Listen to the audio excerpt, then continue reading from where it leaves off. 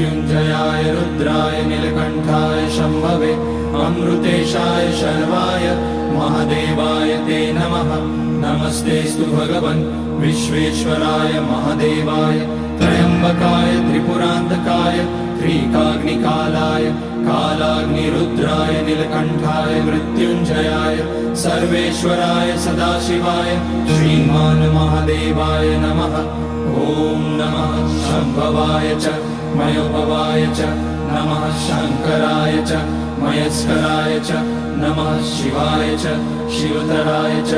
ॐ त्र्यम्बकं यजामहे सुगन्धिं पुष्टिवर्धनम् उर्वारुकमिव बन्धनान् मृत्योर्मुक्ष्यमामृतात्। नागेन्द्रहाराय त्रिलोचनाय भस्माकराय महेश्वराय नित्याय शुद्धाय दिगम्बराय